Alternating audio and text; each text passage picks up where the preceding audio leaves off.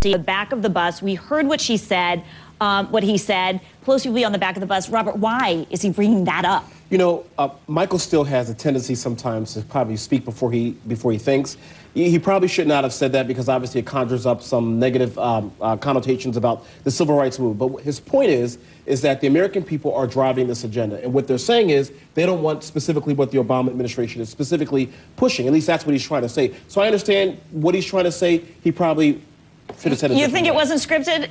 Well, clearly it wasn't scripted. It's not scripted. Okay, fine. So he makes the comment, but the reality is when you talk about, he's saying we want to drive the bus in terms of this economy and lead it. Okay, so you can get all wrapped up in, well, he made this particular comment. The overarching point is that you see him coming out swinging, recognizing that he has to raise money. He has to regain the confidence of the folks on the ground when you have party fundraisers trying to do their own thing with other different 527s. And so that's what it boils down to. This little bus comment, it blows over. It can conjure up anything. Right. But at the end of the day, what it's speaking to is he's saying this is the Republican focus for the midterms, and we're going to contrast the Democrats. That's what it boils down to. Eric, is this a winning message for you? Yeah, go ahead. Yeah, you know, I've just got to say, I want to see the original. I'm not convinced that this footage hasn't been doctored because I didn't see his foot in his mouth. And I mean, that seems to be how we see Michael Steele these days more than anything, that he was actually making complete sentences is refreshing for me as a Republican. Well, he actually makes complete sentences a lot, so, I mean, it does happen. You know, and I agree that whether he's talking about being on the back of the bus or I think a few weeks ago he used a broomstick analogy, you know, it's politics. We'll get past that one. I do think, though, that the message that he's delivering out there resonates with the base now, and it's really getting to be all about the base on both sides. We're hearing Obama and the Democrats talking about returning to George Bush. We're hearing the Republicans bash Obama. We're kind of at that point in the campaign season where it's about driving up the base momentum. Well, let me ask you, Congresswoman, Pelosi's aides were asked about the attacks on her and whether they will work. And one of them said to me that do we have that sound, that pilot? One of the Pelosi aides, I'll put it up, one of the Pelosi aides said to me that you should ask Michael Steele if the hat was made in China. This shows how desperate they are. It didn't work in 2006, 2008, and it won't work in 2010. Our candidates are focused on job creation. They have no new ideas.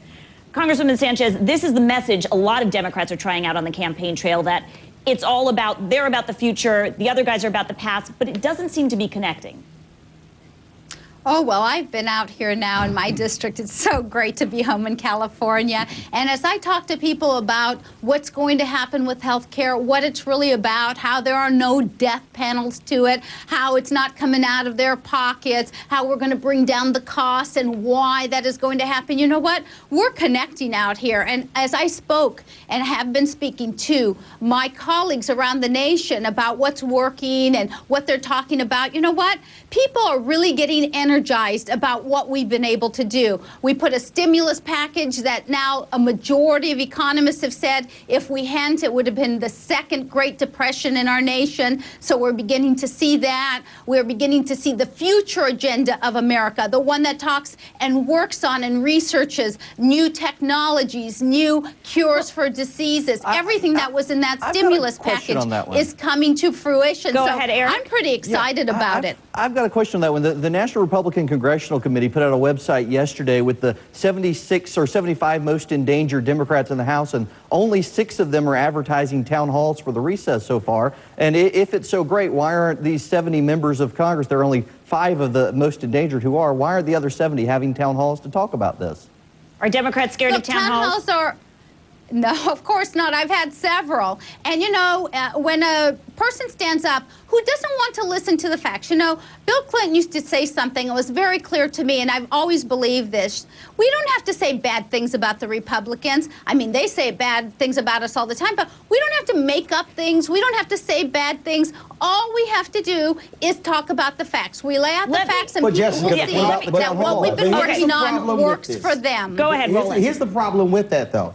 The Democrats' messaging has been all over the place. The Democrats also have a problem in that you have the House. They pass any number of bills, some 350, 400 bills that have been stalled in the United States Senate, where you have 59 Democrats. So it's a little hard to say we've done all of these things when so many of these initiatives have not been signed into law by the president. Is, in Pelosi's defense, she's the one who's passed a law. I'm making the point. The House has started, but Democrats control the House. The Senate has it, but they also control the Senate. Let me pause for a minute and show you guys. You know why?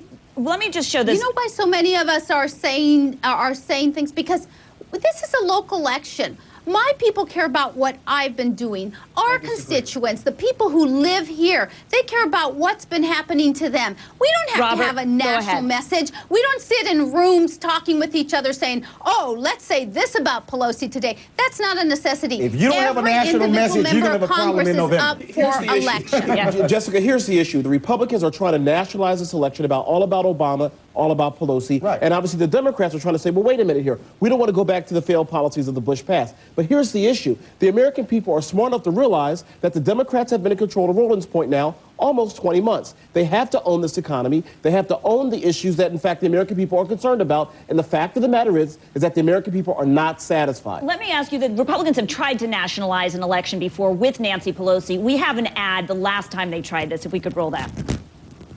Now, gorged on our taxpayer dollars, Pelosi has grown into a power-hungry Goliath, defying the will of the American people. Who has the power to stop her? All right, that ad did not work. What year was that ad? That ad was the Pennsylvania 12, the special election, and a Democrat won. It was for Murtha's district this year. Right, because again, though, but when you look at, first of all, what was the timing of that election? Also, it was an election being held by a Democrat. The Democrats were expected to lead that actual race. What you're facing, though, in terms of this midterm. But the point is the ad did not work. Right. Yeah. That particular ad didn't work. But what you have now is, Democrats can talk about the health care issue, but the driving debate will deal with the economy. And what they have to confront, whether they want to own it or not, is 9.5% unemployment. That is the perfect segue into our next discussion, which is happening right after this break. So hold it right there, everybody. We need to take this break, but when we come back, we'll look at what the president has to say about the sputtering growth in jobs. Is the clock running out to get things moving in the right direction before the midterm elections?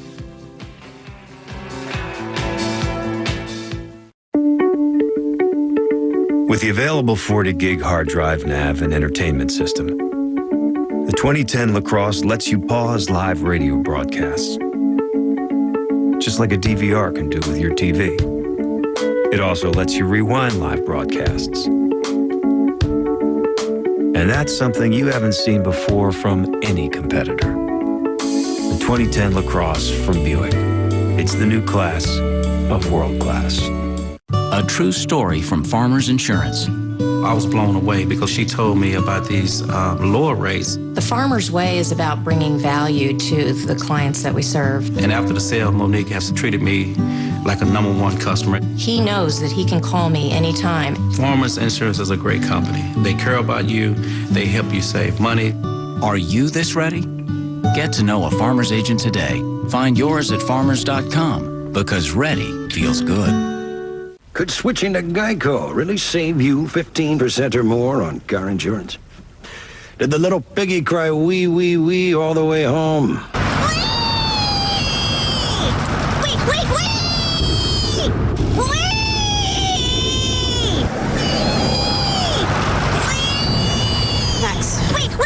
Maxwell. Yeah? You're home. Oh, cool. Thanks, Mrs. A. GEICO. 15 minutes could save you 15% or more. It's pain relief without the pills. No pills, no pain. How can you get pain relief without taking pills around the clock? Try ThermaCare heat wraps for all-day relief without pills. I was surprised. ThermaCare worked all day. You feel the heat and it relaxes and unlocks the muscle. You gotta try it. ThermaCare. More effective for back pain than the maximum dose of acetaminophen, the medicine, and Tylenol. Go to ThermaCare.com today for a $3 off coupon. ThermaCare. No pills, no pain, just relief. My joints ache so bad, I wake up in pain every day. I want to know why. I want to know why my hair is